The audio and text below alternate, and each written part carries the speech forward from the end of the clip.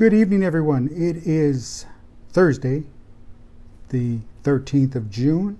Good evening. I'm Dave. It's Thursday, and that means it's Leadership Thursday. We talk about topics in leadership, issues in leadership, leadership in general, but we take a little deeper dive. Excuse me, there's that throat again. Take a deeper dive into leadership and those topics and those issues that are basically affecting everyone. No one's immune. No one's immune. If you for 1 second think you're the only one, I hate to burst your bubble, but you're sadly mistaken. Everyone goes through this. I don't care who you are. I don't care what you think, because everyone goes through it. Just a lot of people don't like talking about it because, again, it makes them look weak. And then right there, just thinking that it makes them look weak, they are weak.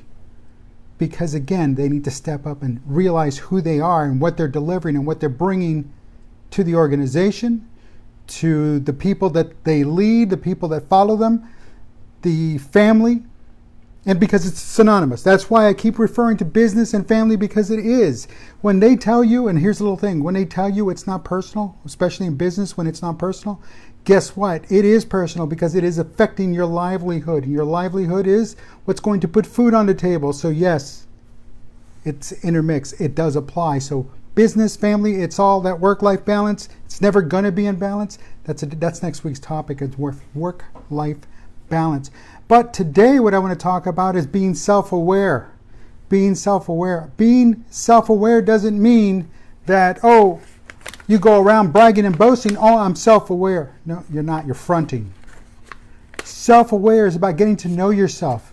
Know who you are. Know where you come from. Know what you've gone through. And accept the fact that it's a reality. And then you learn from that, and you move from that, and you move forward from that. So it is kind of, cathartic. You have to embrace your past. You have to embrace all the good and all the bad. And all the bad. And you have to kind of let it out to yourself. And you kind of have to admit that, yes, it did happen. Whether others want to say, no, it didn't. Whether others want to reshape your memories. Whether others want to tell you what actually happened. It's your memory, it's you, it's your past, it's your experience. You're the one that's got to deal with it. So guess what? You go the way you need to go. Now, self-aware. Great exercise. You can just do this. You can try this at home.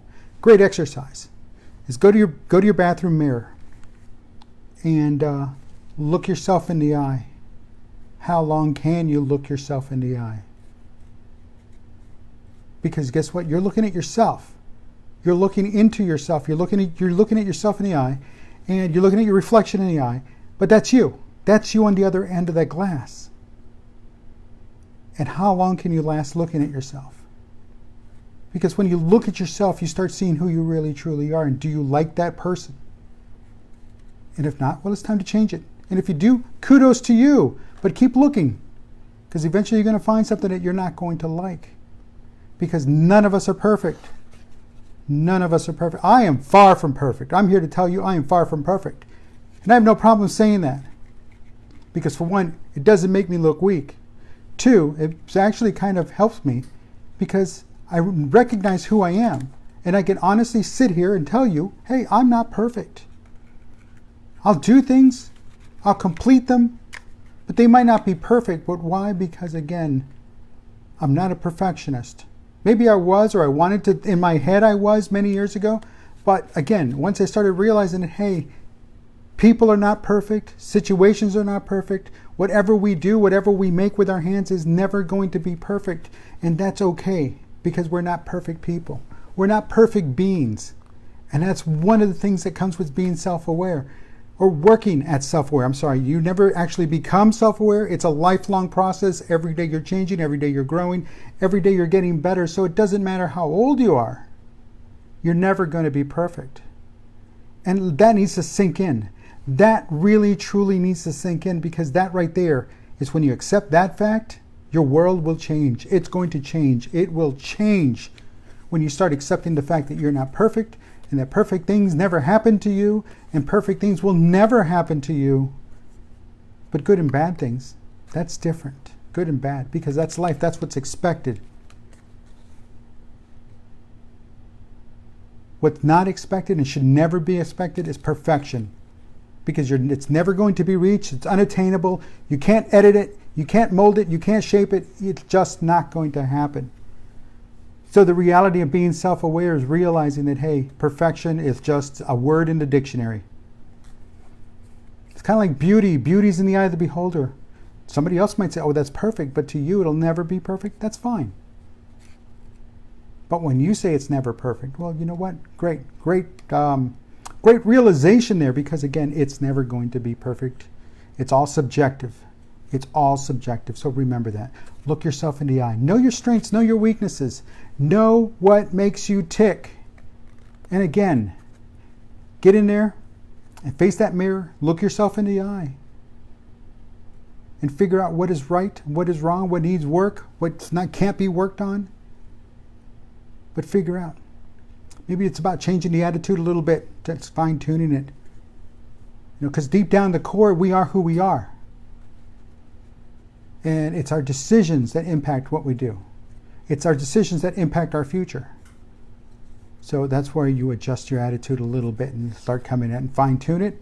Figure out, hey, these are my strengths. These are my weaknesses. Here they are. And guess what? I got to work on this stuff over here. And probably my weaknesses are like filling up the screen, while my strengths are maybe right here. They're in my heart. They're in my head. But that's exactly where they need to be. The weaknesses we need to figure out, are they really truly weaknesses, or are they just baggage we decide to carry and wear like a badge of honor? So work on that, folks. Look yourself in the mirror and really stare into your eyes. Truly stare into your eyes and see how long you can last looking and staring into your own eyes and realizing who you are, what you're made of, where you come from, where you've been, what you've done, what you're going to do, what you'd like to do, and how are you going to get there. If what you'd like to do is to have $1 million in the bank, well, how are you going to get there? No, staring in the mirror is not going to get you there. And trust me, no one's just going to hand you the money. Oh, here, job well done. Thanks a lot. Here's $1 million. No, they're not going to do that. If anything, they're going to work hard to take it away from you. So figure out what you need to do, to change, to make that better, to adjust your attitude, to fine-tune it, to hone in and get what you want.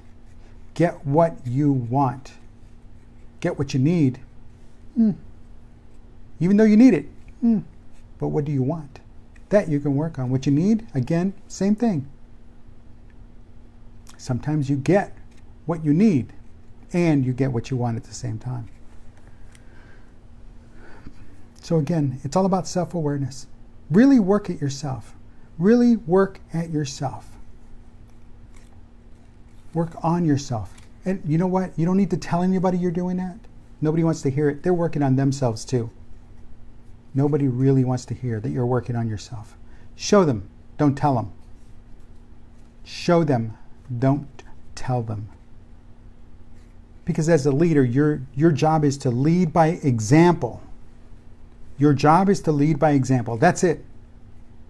Parents, managers, bosses, presidents, CEOs, doesn't matter. Your job as a leader out there in front, because that's what you wanted. That's what you got. That's what you did to get there, is you lead by example. So what you've done, don't be surprised.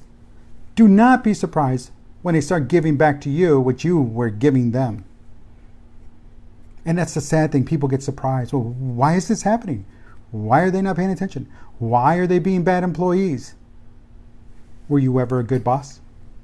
Were you ever a good manager? And if you were, then that question wouldn't come up. Now would it? Think about it. Think about it. Sure, you can tell them that they need to do good work, but are you showing them that you're doing good work, that you're putting your head down, that you put your shoulders to the ground, your nose to the grindstone, or vice versa, or however that works? Are you doing that too? Are you being fair? Are you being honest? Are you being truthful? Here's the other one. Here's the big one. Are you being respectful? Those are things that we need to work on a daily basis. I know I need to work on them. I don't need anybody coming over here and saying, hey, Dave, you're doing this. Because I guarantee you the first person that does do that is going to be the first person that's going to get a mouthful. Because again, they're not going to be prepared to answer my question is, how long can you stare yourself in the mirror? How long can you look yourself in the eye, looking into the mirror at yourself, and truly believe that you're worthy of stepping up that way? Because again, if you're not a leader, you're not a follower, you're sitting there on the curb, you're watching the parade go by. And guess what? Eventually, that parade ends. So folks, just a quick recap. Look yourself in the eye. Get to know yourself. And don't tell people you're getting to know yourself. Just do it. That's between you and you. That's it. Between you and yourself. That's it. No one else needs to know because no one truly cares. Remember a couple of days back I was talking about, well, what are the neighbors going to think? You know what? The neighbors don't care either. They're more worried about themselves. And they're worried about their problems. They're not worried about yours. I could care less what's going on the 2 walls that way or 2 walls that way. I don't care. I got my problems. And they've got theirs because, again, as I said at the very beginning, if you think you're the only one with problems, you've got another thing coming. So, folks, get to know yourself. Become self-aware. Start working on your weaknesses. Start strengthening and sharpening your strengths. There we go. Make them better. And start turning some of those weaknesses into strengths. And guess what? We're always going to have some weaknesses, but some of them we need to reevaluate and figure out if this is just somebody else's nonsensical baggage.